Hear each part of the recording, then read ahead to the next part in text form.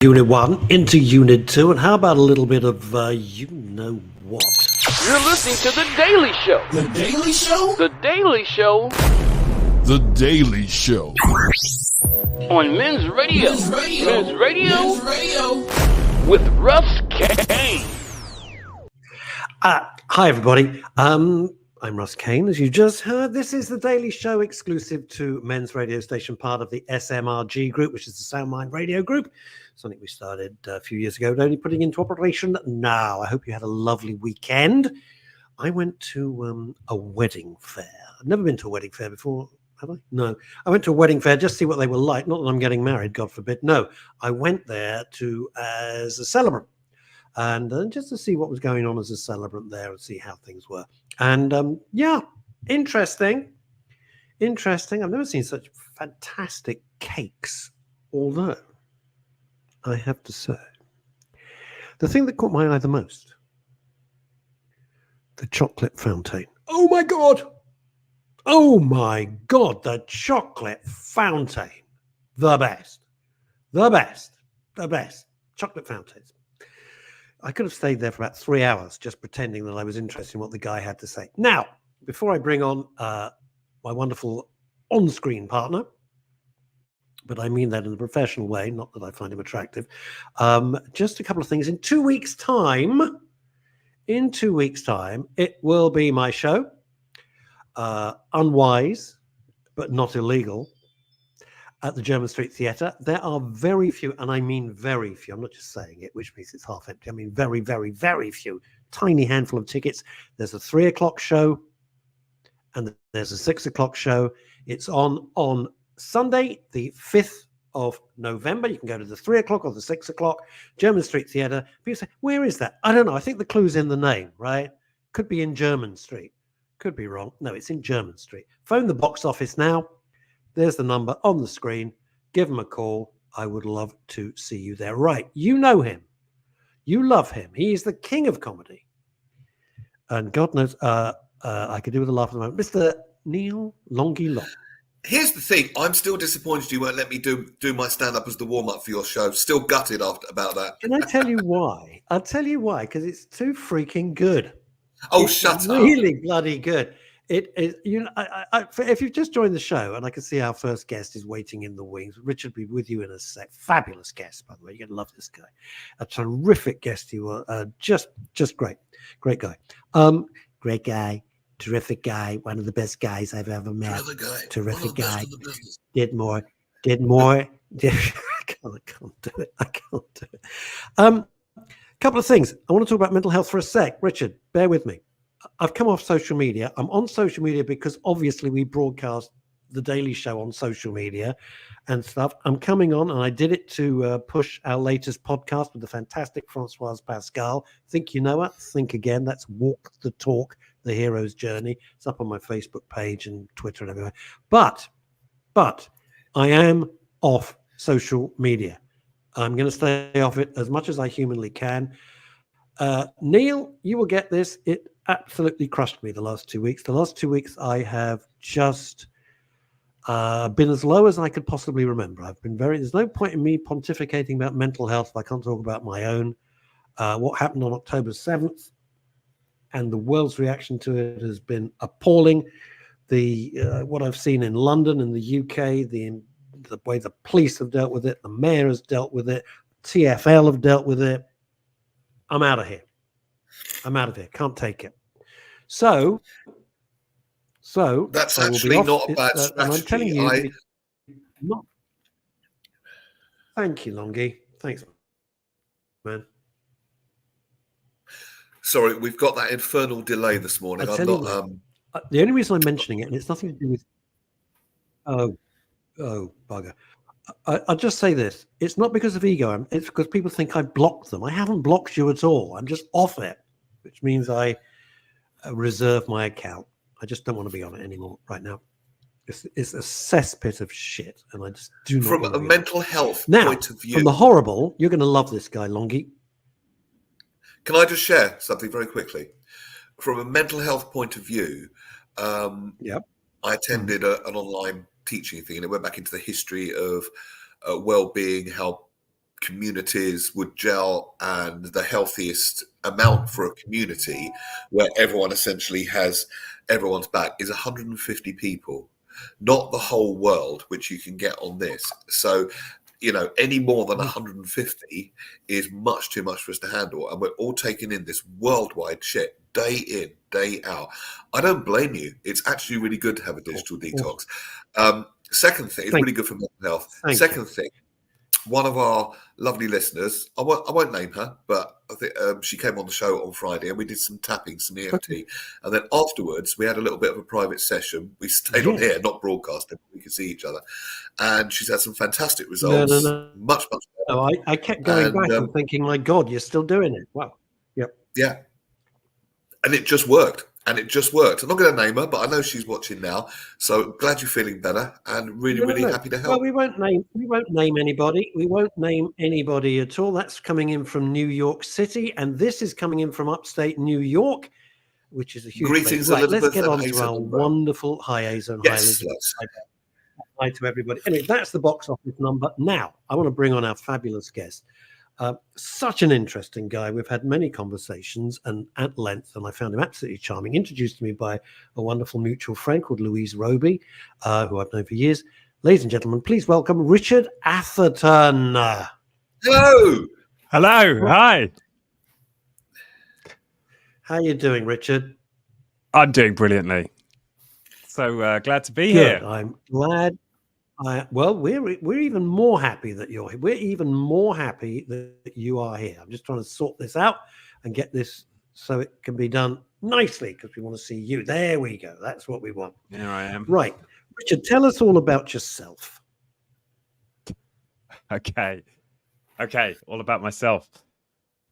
Well, let's start with how we first connected, and that's because I'm a podcaster. So I've got Being Human.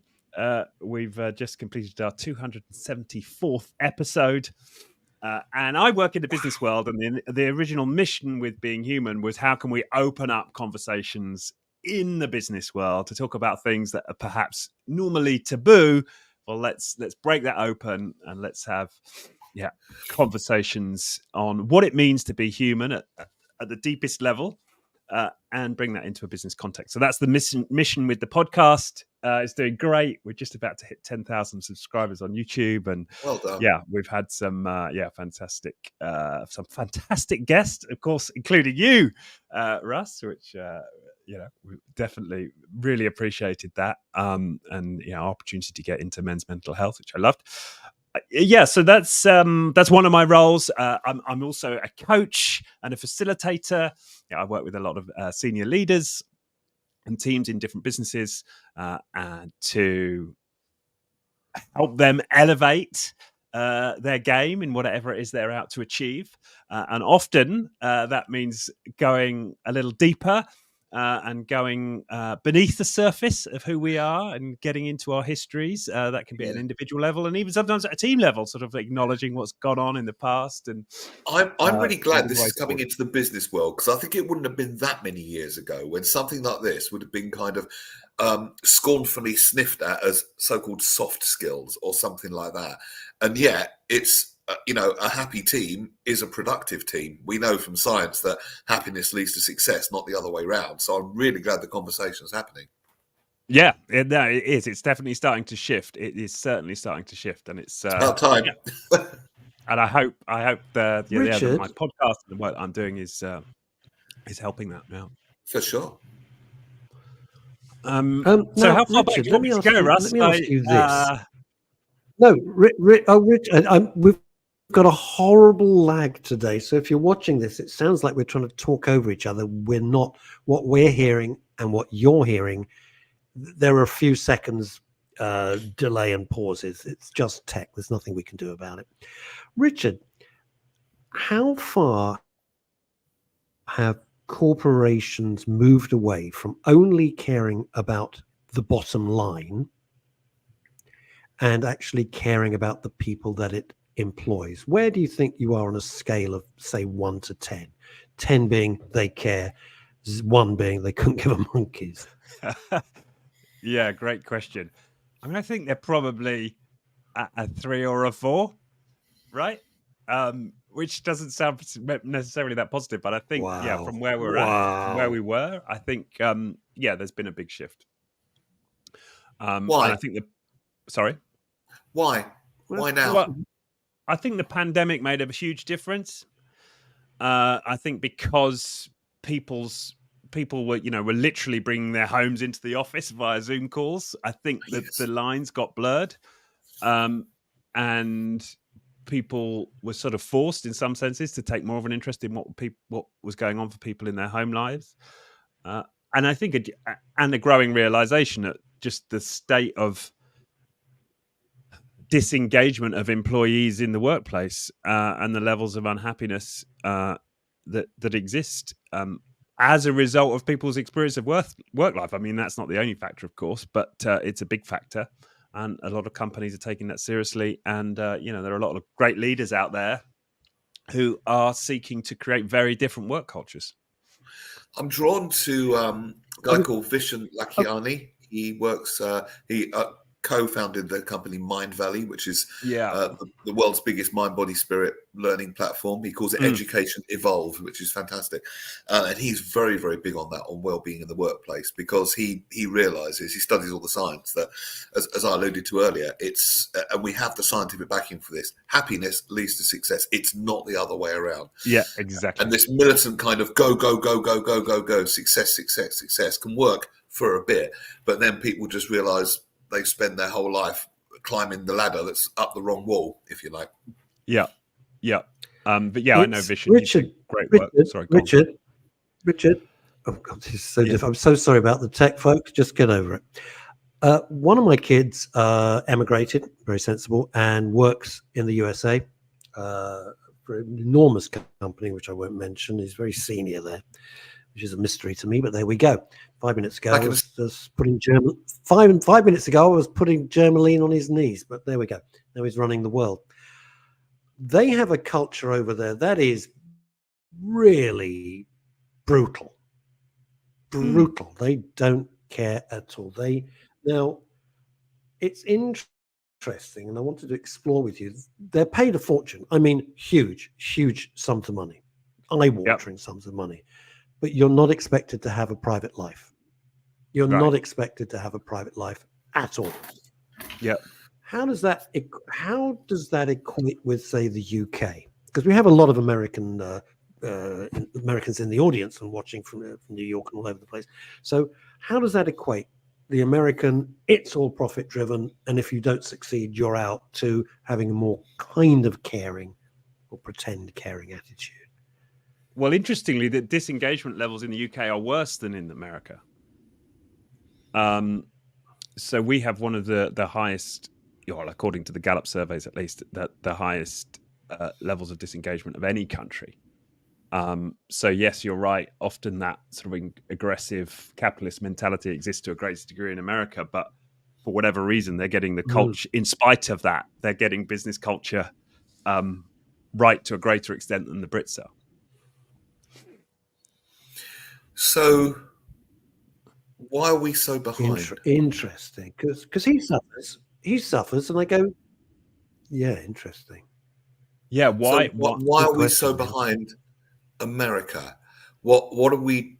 I mean, when I was growing up, right, the whole thing was work hard, one job for life, box of matchmakers, and a gold watch at the end of it. And suddenly all that was thrown up in the air. And I think a lot of people don't know where they're at now, really. And so many people are so peripatetic. They move around from job to job to job. And is it like trying to find the job that they love or is working for them? Or I don't know. Why are we so behind? I'm thinking aloud here.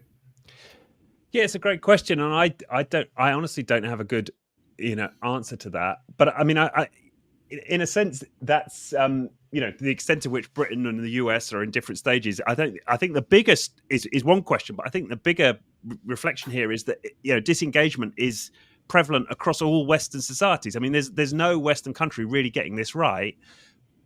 Most businesses globally don't do a great job of well-being in the workplace. But those that do, the exceptions that do, have extraordinary results. financial results, I mean. So they outperform on every metric. Richard, can I just throw a spanner into the works and be deliberately provocative? Is that businesses existed and kind of exist. They're not a welfare system. And there's an argument that says, well, look, sorry, our business totally revolves around the bottom line. Are we profitable? Are we not profitable? Are we getting a good share price, not getting a good share price? Sorry, if you don't like it here, there's a million other companies you might be happier at. But this is how But all that's fair enough. And I'm just asking the question. Yeah. No. But I'm just asking the question, are they entitled to have that attitude? Just see what I'm saying? Are they entitled to have that attitude? Yeah, I mean, I don't think there's anything necessarily wrong with that. It's just, what's the impact? What's the impact on our well-being, but also on the own the metrics that they themselves value. Because yeah, you said exactly. Before, That's what I was say. It depends how you go about getting it. By all means, want to make no one goes into business to want to make a loss. Of course not. Of course you want to make a profit. Of course you want your company to succeed. But it's the methods to go about it. Yeah. And I think that's what we're discussing here. And the methods being used are leading to the opposite of what's wanted. What we're doing is not working, and we've seen it blatantly in science and even in this conversation. The happy workforce. If I went to a place of work, which was a job I enjoyed, okay, I knew the boss had my back. I knew my team had my back. We were creating and innovating together. We were having fun. It'd be hard to keep people out of a workplace like that. And that would lead to the better bottom line. No problem with having a good bottom line. Yeah. The methods you use to get there are not working. That's right. That's right. And in fact, the companies that crack this Richard, and do create a thriving workplace, they have people queuing up to join them. Yeah, I'll bet. Yeah. So, Richard, I'm just changing the way we look. No, that's no good. I don't like that. I'll go back to how we were. Richard, let me ask you this. You wouldn't know, and why on earth would you? I'm sorry, I'm switching this around. But Neil and I both worked for a company that was, at one point, the most fun to work with. My boss was an incredible woman who sadly died far too young, called Josephine Sanderlands, Jo Sanderlands, beloved by everyone she worked with. And she was tough, but we adored her. She had our backs, as Neil has rightly said, and we broke so many boundaries, and it was such a success. It was wonderful. And so, we would have followed her over the trench. You know what I mean? Does that make, you know what I'm saying with that? Because when you were wrong, you got bollocked, and then it was forgotten, and it was done in a proper way, in a constructive way, and that was absolutely fine. If you've made a mistake, you're entitled to be told by the people paying you, well, you've made a mistake. And you go, yeah, I made a mistake. So it won't happen again. We discuss it. You move on. It's absolutely fine. No problem. And then the culture changed. You're scared to open your mouth, literally. Oh, it was horrible. It was absolutely horrible. Yeah. So both Neil and I have personally, up front and close, seen how a culture can be great, or a culture can be really quite unpleasant. Yeah. And it's extraordinary. It's extraordinary the difference it can make. So I get that. I hear what you're saying, and I wish more companies would understand that. You get more, what is it? You get more from honey than with vinegar. Right. Yes. Yes. Does that make sense? And I think there is a growing movement of people who do understand that. But you're right that high trust cultures, they're very fragile. They take quite a lot of investment to build, and they can be lost, with one bad leader. Right? They are fragile and highly productive. Because Neil and I are both going inside. Yep, that's true. Let me read this. There is a disconcerting short-term mindset. No, I can't read it. It's very posh. Maya, I wish you'd just speak in plain. I think he's saying short-termism. Boy, it's tough to understand. I think short-termism thanks, is Neely. what they are I saying. appreciate that. How do you, when you go into a company, Richard, I'm fascinated. You go into a company, hello, I'm Richard Atherton. How do you start to persuade people to come round to, what is it, being kinder, being more thoughtful? How do you even begin that? Well, I think the first thing is to figure out what people value most, and then it's about having people see how taking this more human-first, human-centric approach gives them more of what they value most. Yeah, that's always the way I approach it. Does this work for everything? No matter what their values, taking the human-centric approach will always improve it, no matter what, or are there some exceptions? I don't know. I mean, it may be in certain circumstances where you're super short-term focused.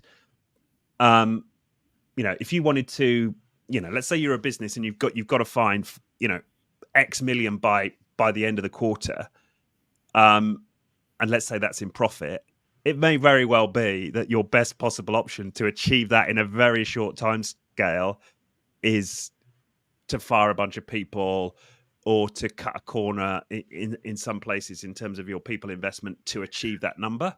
But generally speaking, but yeah.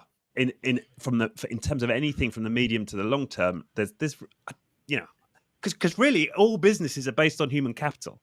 So the more that you can profit from that human capital, what does that mean?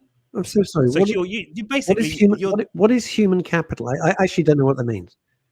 So it's the quality of the people you have, their energy, their creativity, their ability to form teams and solve complex problems. I mean, that's what ultimately what's at the heart of any business. That's the key asset that any business has. And so the greater the degree to which you can unleash that potential, the better everything is going to get. Happiness, well-being, profit, revenue, isn't innovation. This interesting? How this is better. Richard, isn't this interesting how this is really resonating with the American audience of Clark Gilbert in Michigan and Asa Don Brown, who's very senior in the psychotherapeutic community in the States. He's up in upstate New York, Elizabeth Green in Manhattan.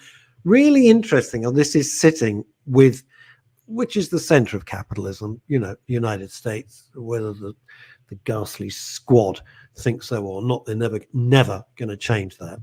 Never. And the Brits, we Brits are being rather more reserved about commenting on it today. I think it's very interesting. Yeah. I mean, I think. A lot of it's not true to say exclusively, but a lot of the pioneers, I suppose, in a lot of in this way of thinking and human-centric business culture does come out of America. I suppose self-development in general has a stronger. What got you into this line of work in the first place? Because it's quite an enlightened, forward-thinking view. How did you find yourself here, as it were? I think a lot of it is down to my own work, my own self-development. I mean, you're talking about tapping, and before you came on, I mean, there's a range of modalities I've used in terms of my own self-work, and then you I mean, for me, it was a natural extension to think, well, okay, if all of this stuff has worked for me, why aren't we talking about this more in the workplace? Why isn't thinking about human potential just a greater theme in the workplace? And if we were to be putting a much greater focus on this in the workplace, a lot of businesses would profit from it. And then over time, of course, I've found a lot of businesses who are doing this. And many of them have spoken on my podcast. And so it's a question of, okay, well, how can we amplify these voices and show other leaders out there that this stuff works? There are, examples in every industry. Do you want to shout out some of them, some of the businesses that are taking this approach? Yeah. I mean, PropellerNet in the UK down in Brighton, fantastic. I'll tell you a story from that business, which, might blow your mind. So when you join that company... Sorry, what's it called? It's called PropellerNet. They're a digital marketing agency. PropellerNet. And what was the name? PropellerNet, based in Brighton in the UK. Yeah, go. And the reason I came across them was because they had a culture survey, and typically these culture surveys ask people how engaged they are, and they discovered in this one survey that people were more engaged than any business, this surveying company, that they'd ever encountered, and they needed a new term for the category of engagement that these employees were experienced, and so they described it super engaged. So it's something like 90 plus % of people were engaged, and a huge chunk of them were super engaged. And the MD of this company wrote the book Super Engaged off the back of it. And bear in mind that in the average in most companies, 80% disengaged. These guys are 90 plus % engaged, and many of them super engaged. Anyway, the story is that when you come in, you have a dream consultation, and this isn't. This is some kind of Jungian analysis of what you were dreaming about last night. It's what are the dreams for your life, right? Whatever that might be, and you tell the HR, the person who's interviewing you that, and you come in. Now, if you're accepted into the business, every month they run this process where if your name gets picked out of the hat, the whole company now has to try and have your dream come true. And to give you some examples of what they've managed to do for people, I don't think Eva Green's going to be knocking at my front door anytime soon. Just putting it out there, Richard. Or Monica Bellucci. Just mentioning it casually. But anyway, the whole company has to make your dream come true. Yeah, and so this was part of, so somebody had a dream to go on safari in Africa. So they created a joint venture with a safari company in Namibia. They became their marketing partners, and they had this employee go out there and not just go on safari, but spend 6 months living in a safari, in a safari camp, and just having that happen for her. Somebody else, it was their dream to have a script accepted and turned into a production. They ended up creating a show which they took to the Edinburgh Festival. Where various members of the staff took on roles. They developed the scripts and the production. It is now a touring production based on the script that one of the employees had, and the list goes on. And a workplace like that, you'd have people. There wouldn't be any sickies, would there? I mean, you'd have people fighting to get into a company like that. Well, exactly what they have. They don't have to.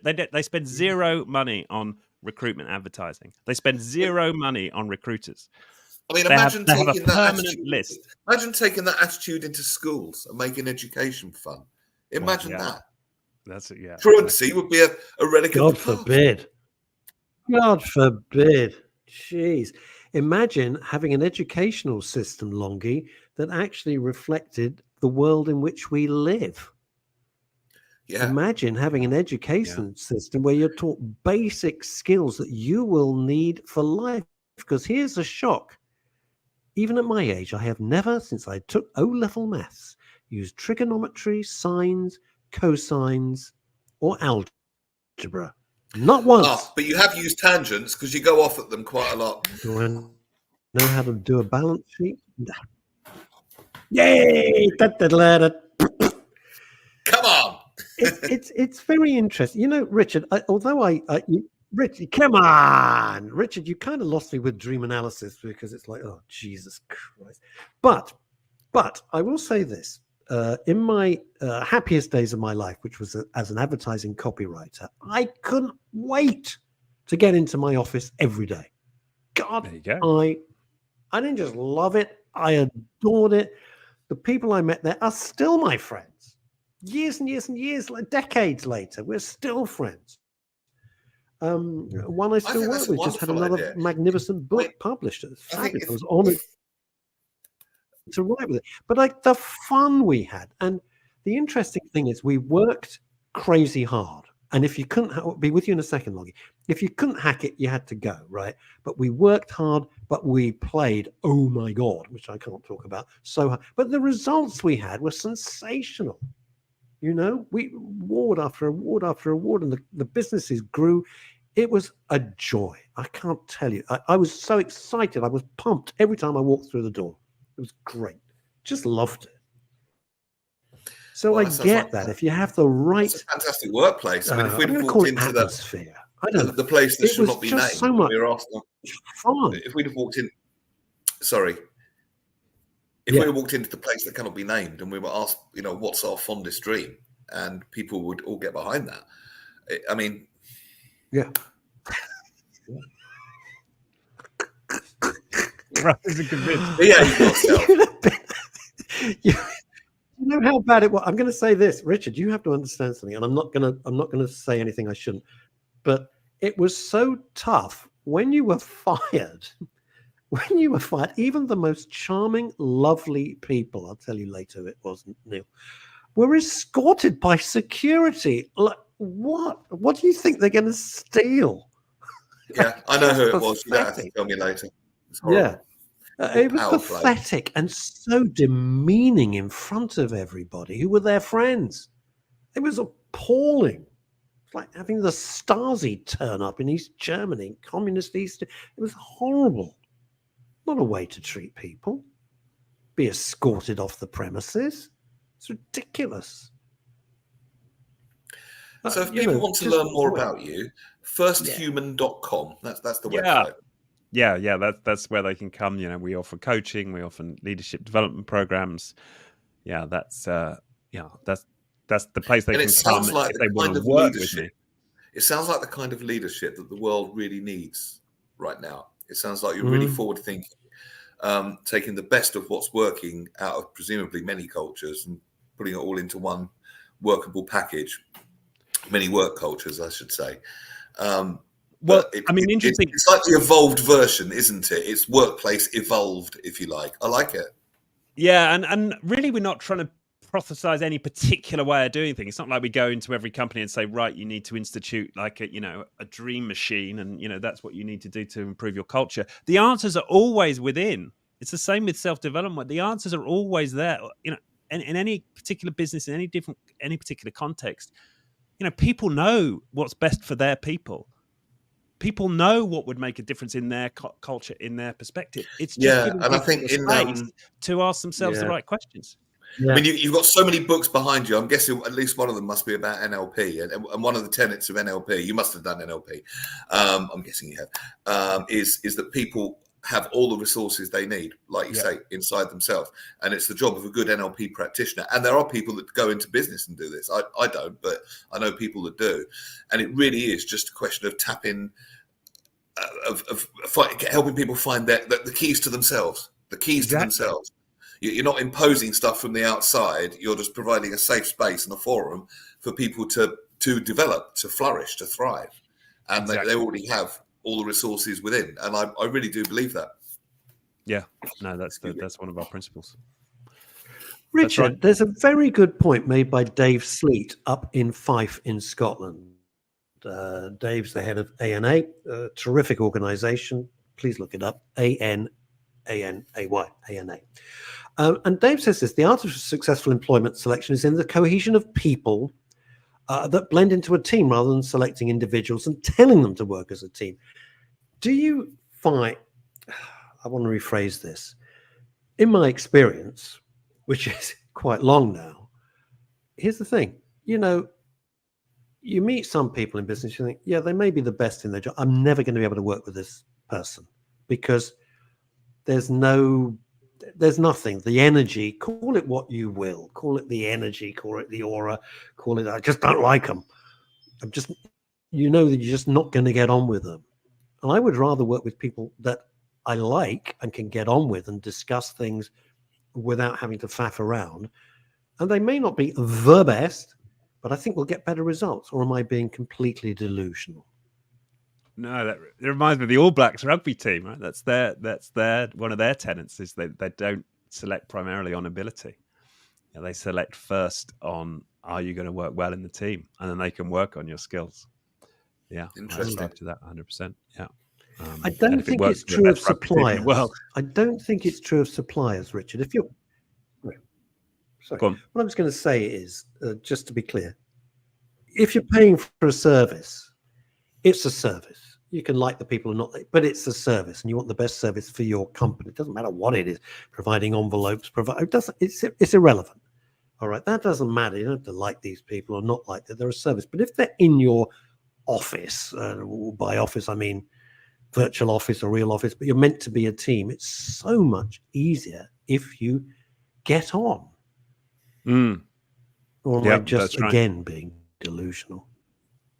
Yeah. No, you're not being delusional. You're stating the bleeding obvious, but the awareness of this is only just coming into our consciousness, if you like. And it takes forward-thinking conversations like this to actually see the value of something like this. Because I'm sure back in the 90s, this would have been, stuffily, snootily dismissed as so-called soft skills. And I think one of the turning points began when Daniel Goleman wrote Emotional Intelligence. I'm sure you know that book. Yeah. Yeah. And that was a real turning point where the mass consciousness began to realize that, exactly that. Having these so-called soft skills could actually really profitably affect the bottom line. And now years later, when we have conversations like this, it seems obvious. So no, you're not being delusional at all, Russ. You're quite the opposite. You're absolutely accurate. Yeah. It's very interesting. I love Dave Sleets. I'm always reminded people walk from people, not employment roles. They walk from the people. They can't get on with the people. They dread going, unless it's a job that you just absolutely hate. And just hate, you like the people, you hate the job or it's not for you. But mostly you're walking away from the people because you think, I don't want to go in because I got to face X, Y, and Z. Oh, I just can't bear them. And it makes life tough. And when it comes to, the number one factor in people leaving a job is their immediate boss. Richard, it's been a joy. Yeah, absolutely. There you go. Yeah, I loved it. There you go. And it's a skill. All I can say, the best bosses I've ever had, they were tough. They knew what they were doing. They had a vision. I shared that vision with them, and I was really happy to give 100% to make it work. The worst bosses I've ever had were those who tried to rule by fear. Because all I thought was, I hope you get fired and I hope you get caught out because you're an idiot. You may be very powerful and frightening, but really, what a way to run a railroad. But there was a really interesting author. Sadly, he's passed on now, but it was a guy called Richard Carlson, and he wrote Don't Sweat the Small Stuff. I'm sure you're familiar with him as well, Richard. And he wrote a book in business, and it was like a sliding scale of almost levels of consciousness, if you like, in business. Yeah. And at the very bottom was what Russ described, ruling by fear. Okay. Yeah. And at the very top, it was such a high level of inclusion and consciousness. It was the business were in service to their employees, right? Yeah. Literally in service to them, and everything in between on a kind of a sliding scale. And one day, Russ, I'll dig out that book and I'll share it on here because it's quite interesting. And every business will be on that scale somewhere. But the lower you go down the scale, the more fear, the lesser the consciousness. The higher you go, the more inclusion and the greater the business. Or consciousness. It is the right word. Yeah, you're right, and that's reflected, right? But we use this term, human resources, right? And right now, that's the predominant term for when we talk about, managing people in organisations, human resources. And I think as we start to see, we'll start to see that term going out of use as we flip. We're not treating people as resources anymore. These are people we serve. Yeah, and as you go up that scale of as we go up that scale, and we have as our purpose them having their ultimate expression in the world, that their self-actualization, their fulfillment, and so on. Exactly. It's been a fascinating conversation and very very hopeful, I think, for a Monday. Really this is what do you think about this before you go? More commonplace. Before you go, one last question. Is this from Graham Pack? When small businesses grow, they forget it's a people operation and are more concerned with the bottom line. Yes or no? Yes, I think that's right. I think that's right. Yeah. I think that is the predominant culture is to focus on the bottom line and not on the people. Yeah. seeing if And I can Dave, the find that. last comment before we let you go: all businesses that deliver service on some level, the UK needs to learn how to serve without servitude. It's so interesting that. Go to America. Oh yeah, let's be really They've clear got a lot here. of them. Being Got a in lot of service to Americans someone, working. Yes. let's be really clear here. There's a massive difference between being in service is high up that scale of consciousness. Being in servitude is way down the bottom. Completely different. Yeah. Completely different. Yeah. Exactly. Completely different. The lower down you go, I know we've the got a less lot of you respect Americans that watching, person and their especially resources. today. The higher up And you I'd go, say the this: more you go to America. you Like, embrace.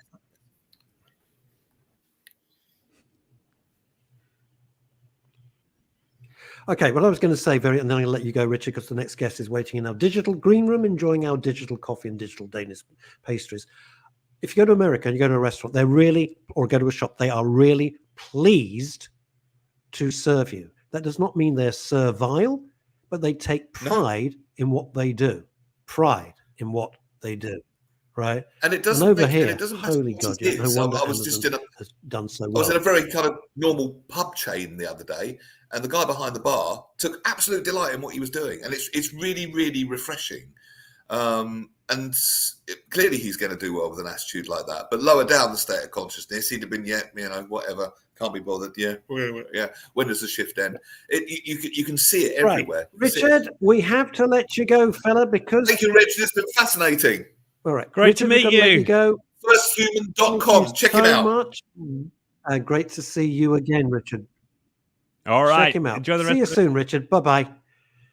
It's all go, gang. It's all go. Ladies and gentlemen, I'm going to change this around again. I'm going to do it like that. That'll do. Ladies and gentlemen, please welcome Catriona Olsen. We've got no time for chit-chat. No time for chit-chat, I can tell you. Now, hello, Catriona. How are you doing? I'm very well, thank you. Thank you for having me. Hello, Catriona. Lovely to have you on the show. Thank you. Absolutely our pleasure. Tell us what's going on, because when I saw this subject and I was approached, I said, yes, let's get Catriona on the show on Monday, ASAP. What you've got to say is important. So the floor is yours. Thank you. Well, I'm the executive head at King's InterHigh, which is a fully online school, and we see students joining us from your traditional physical or bricks and mortar schools, as we refer them to, with mental health issues. And so we went out and did some external research on this. And what's come out, looking at first half term of the year, obviously, we're 6-7 weeks in, depending on your school, and it looks like 36% of parents say that their children are experiencing poor mental health. And even more worryingly, 22% of those parents will wait until October half term or longer to actually seek support and help for that. What's causing it? Wow. That is a very broad question. What is causing it? There's so many different factors here. When I first started teaching nearly 20 years ago now, students' mental health was not at the forefront of what we did pastorally for students, but the more that we go on into the 21st century with the development and the onslaught of social media and devices, students' mental health has really come to the fore. But we also are a different society now. We encourage students to talk about their mental health and their feelings. And so I think it's a mixture of all of the above, of why it's really at the forefront of everyone's minds. Yes. Can I just say that something that, sorry, I'm just going to jump in, Neil. Catriona, I'm sorry, we have a lag on the system today, so it sounds like we're talking over each other. We're actually not, but it just apologies in advance for that. Tech. Yes. Catriona, one of the things we talk about so much on The Daily Show, Neil and myself, is the very negative aspects that social media have, especially on impressionable young people. I fronted the show this morning and said I've come off social media as much as I can because it has absolutely laid me low the last few weeks, which I'm not going to go into, but for obvious world reasons. How much has social media got to blame, and I use the word advisedly, blame, for this onslaught, as you say, on kids' mental health? Yeah, I think it's had a massive impact on students. they're exposed to so much online. And back in my day anyway, you could pass a note around the classroom. That was the kind of worst thing you could do. You could have like whispers about people. Now people are posting videos and photos of classmates, in whatever situations, that students and young people are getting so afraid to actually just live their life because they're so afraid of things going online about them. But we're not going to stop online. We're not going to stop social media. We're not going to stop devices. But we need to, as a society, both schools and families and parents and everybody, to allow our young people and to guide them to have those boundaries. There was an article I read about encouraging as a family to come up with your family's social media norms and what you'll accept as a family on social media or not. I thought that's great. Yeah. That's really embracing your family involvement. It's allowing parents to put in boundaries to your child, agreed boundaries to your child's use of social media, and trying to be responsible in that side of things. Yeah. Catriona, I've got so many friends. I got so many friends who struggle with their young teenage kids with this. How, the practicalities, go away, I hate you, go away, it's my phone, it's my computer. How do you actually implement that? Because it sounds great. And Neil and I can tell from the way Neil's nodding, we totally agree with that. There should be boundaries, but how do you implement it? Yeah, and as I said, you as a family need to agree. How do you implement it and allow peace to still reign? Yeah, an important aspect of the question. Yes. Yeah. No, I always say to parents, it's not your job to be a friend of your child. Unfortunately, that may come when they're a little bit older and into their 20s. But it's your responsibility as a parent to put monitoring into place, to put boundaries into place. There's so many fantastic apps out there for parents to control their child's use of social media and devices. And I know you might not be the most popular person when you do that, but your children will very quickly thank you for that boundary that you're putting into place for them. Yeah, because I think Catriona, can I say this? I'm so boundaries give. Go on, finish it. Go on. The boundaries give a sense of security, and I was just going to say that the problem is, like you say, passing a note round was the worst thing, but now the bully can be right there, literally right there, 24 hours a day. Catriona, and that's the problem. I'm sorry about this lag. It sounds horrible, doesn't it? Over to you, Russ. Thank you. Catriona, I go to a lot of seminars and stuff like that and try and learn. And one of the things, there was one with panel of very distinguished psychiatrists. And the most important point that I took away, although my kids are grown up now, is you're not there to be their friend.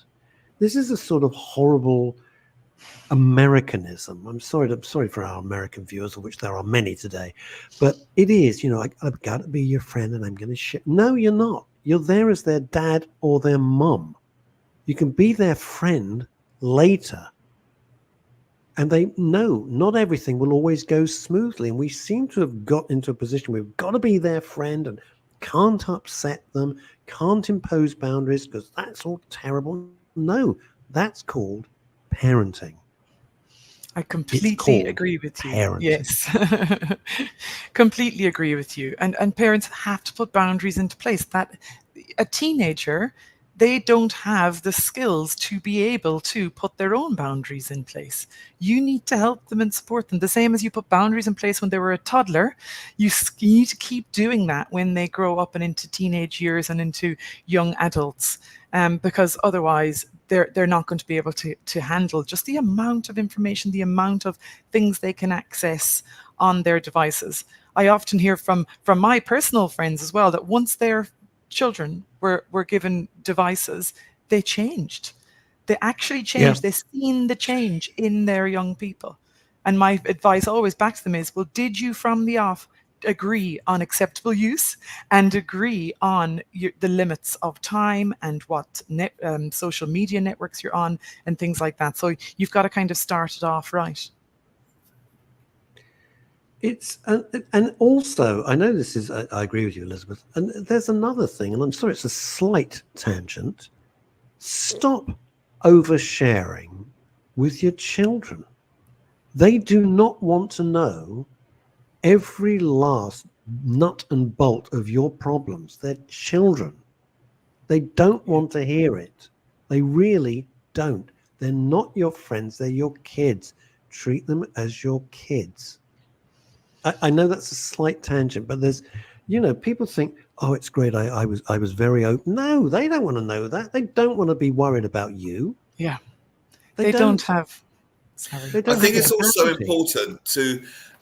There's certain age appropriates, but my daughter's in her late 20s now. But ever since she was old enough to understand that that's the age appropriate bit, I haven't shared every single, intimate detail. Like Russ says, that would be inappropriate because, it shouldn't be on her shoulders, and I would not want to burden her with anything that was going on with me.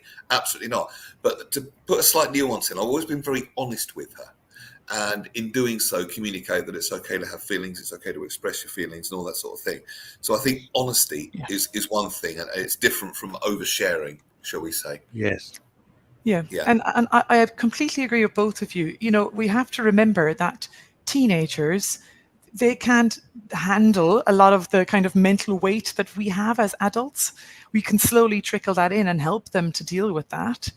But you certainly can't, put your whole life worries and problems and stresses onto their shoulders. No, their physical brains are not ready yet. No, at that stage of development, it's the importance of peer support, friendship and peer support. It's a period of about 14 years, I think. And it starts off with friendship and then goes into friendship stroke peer support, and then a balance of both. Group activities give them a sense of confidence. That's the optimal, I would say, for that age group, in my opinion.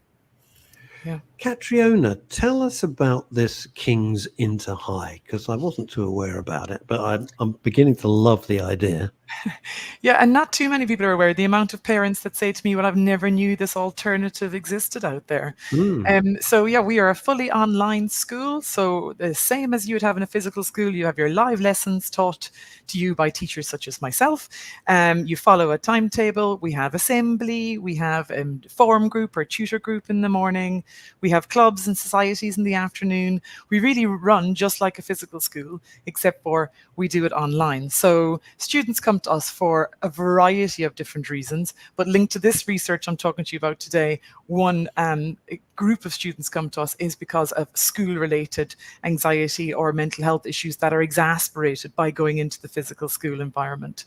So they come to us, and that kind of distraction that happens both around a school building and in a classroom are just eliminated in the online environment. It's all about learning and engaging and enjoying school. Can I ask a very difficult question? Because I know this is what you've done. It's been set up. On the downside, how does it enable your children at school, your students or pupils, to, when they leave, to engage with the real world? Yeah, so how do they develop social skills? We're hyper aware of that. So we do have a lot of opportunities for our students to socialize with each other. For example, in Key Stage 2 or primary school, we have virtual reality playgrounds where students can go in a virtual reality space and actually play with each other, the same as they would in a physical school. And we have a lot of our clubs. So we've got like a Harry Potter club, for example, very popular. And we have a chess club. We have all the different types of clubs that you could think of, but we have students joining that from all over the UK and around the world. So our students are really learning to be really international. We also know that people want to meet physically as well. So we do have opportunities as well we had like a year 10 geography field trip. Off they went to North Wales and did some coastal erosion field work. Yeah. So we have lots of opportunities there. There's some good questions coming in to do with this, actually. Elizabeth says, how does it affect making friends? Perhaps you've answered that with the physical meetup. Yeah, so it's not just the physical meetup. So we also have an internal social network that students just within our school can access. Real benefit of that is we also can monitor it and stop any kind of inappropriate posting on there as well. So students make friends on that. We have a platform that students engage in lessons a lot as well. We do breakout rooms. We do, lots of cameras on and mics and chatting with each other in the lessons as well. The students really do make friends online, but then they also have time where they can engage in their own personal interests outside of school And as well. is it like, Catriona, that's a good question from Graham, is it popular with parents who can only go so far with homeschooling? We'll come to that in a second. Physically and technically, I hope it's better than Neil and I's system is rubbish today. Just, geez, I think it's the weather or something. That's what I'm saying. Is it like a Zoom call? I'm trying to imagine it. Is it you got like dozens of kids, or is it just you? Let's say you're teaching. How does that work? So we use Adobe Connect. It's a technology especially built for classes and university classes and secondary school classes. So it's got a lot of tools, way more tools than you would have on a Zoom or a Microsoft Teams, for example, that would allow the students to engage. So we have like a teacher area. It's difficult to explain, but it's really geared towards teaching online a lot more than some of the other platforms out there. Mm. And they can ask you questions live. Can they do that? Oh, yes. Yeah, they can cameras on, turn on their mics. They could raise their virtual hand if they want to ask a question or contribute towards the lesson. They can do basically everything we can do. Chris Brown, I thought that was an R&B star. He says brains aren't fully developed until your mid-20s plus. Actually, I would add to that. I think that's right. I would say on top of that, our brains are never fully developed because of neuroplasticity. We do have the potential, some people don't, but to keep on learning and expanding all our lives. But that is a very key stage of development, I would say, that he's referring to, a very key stage. Yeah. Chris is right. Yeah. Chris Brown's right. Excuse me. Catriona, how do people, if they're sitting there and thinking, wait, this would be great for my son or my daughter, how do they find King's InterHigh? They just Google King's InterHigh? Great name, by the way. Clever. Very clever. Well, in Internet High School, and then we're a part of a bigger group. No, I got it. No, we got it. We got it. Yes. We got it. That's why we like it. I was telling you where the Kings came from. Go to kingsinterhigh.co.uk, and we've got a wealth of information on there that you can see. You can read about student success stories and about our curriculum offer, and everything about our school is on there. Mm. Yeah, last question. I had this as well, Graham Pack, and I'm going to read this out because I was at a very tough school. My teachers used to, where's it gone? Here we go. Let's try it again. My teachers used to throw a blackboard rubber, which was a big wooden block, right, at you in class if you weren't paying attention. Yep. How do you do this on your own? That's an important question. How do you do that? A really good question. We're laughing at we all have memories of the blackboard eraser. Oh, yeah. Mrs. Williams, I remember her. She was this mad American woman that taught French. If you weren't listening, she would literally chuck it at you. So we have an engagement meter. Boxley. God. We have an engagement meter, so we can see when students are engaging in the lesson or not. It goes green if they're engaging, they're clicking on things, they're answering the questions, they're putting their hand up, etc. It goes amber if they're maybe just sitting back relaxing and having a look at what's on the screen. And it goes red for us if the student hasn't engaged in the lesson content for 5 minutes. And that's when we can reach out to them individually and say, hey, like, what's going on? Can I help you with anything? And it wasn't that way at our school. There was no reaching out to the students. It was just chuck a ball rubber at them and wake them up. God, but that was the 80s, to be fair.